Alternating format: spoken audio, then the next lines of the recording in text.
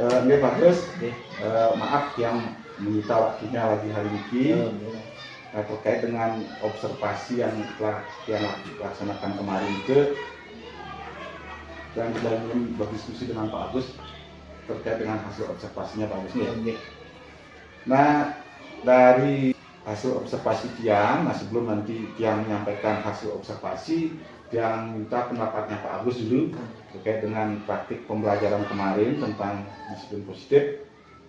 Pak Agus bisa menyampaikan bagaimana refleksinya, atau Pak Agus kalau saya skalakan itu dari 1 sampai 10, kira-kira dari 3 target perilaku itu Pak Agus berada di posisi mana nih? Bisa disampaikan Pak Agus?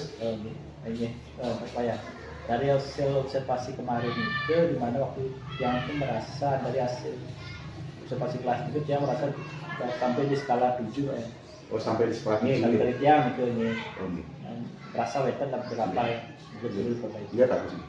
Jadi Pak Agus merasa masih berada di titik 7 atau skala 7 ya. Bisa disampaikan Pak Agus, apa kira-kira yang menyebabkan Pak Agus merasa berada di skala 7 itu? Skala 7. Kenapa Tiang bisa ambil di skala 7?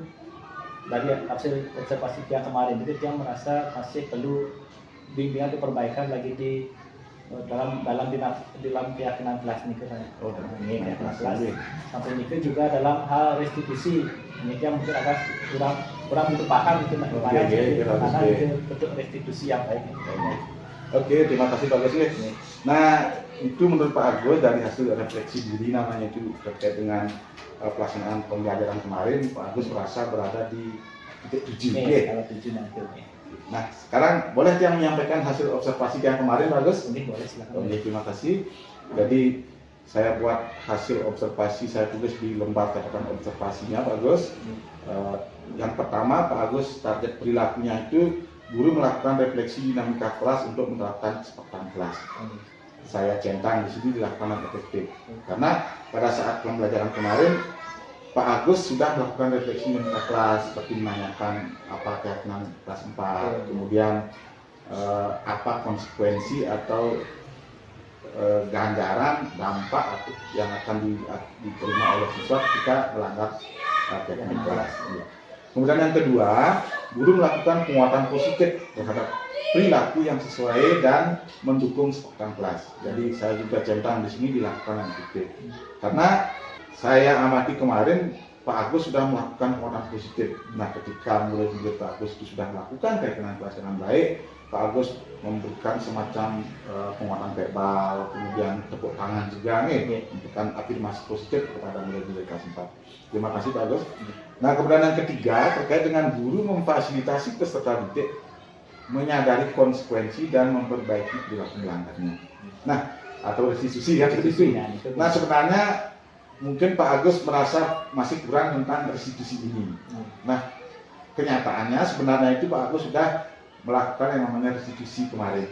Ketika ada murid yang sedikit melanggar peraturan kelas atau keyakinan kelas itu, Pak Agus sudah memberikan semacam luruskan dengan tidak menjudgment, tidak melakukan hal-hal yang negatif, misalnya sampai kekerasan. Nah, bagaimana dia Pak Agus itu menyadarkan murid sendiri untuk tidak berbuat lagi hal-hal yang sama.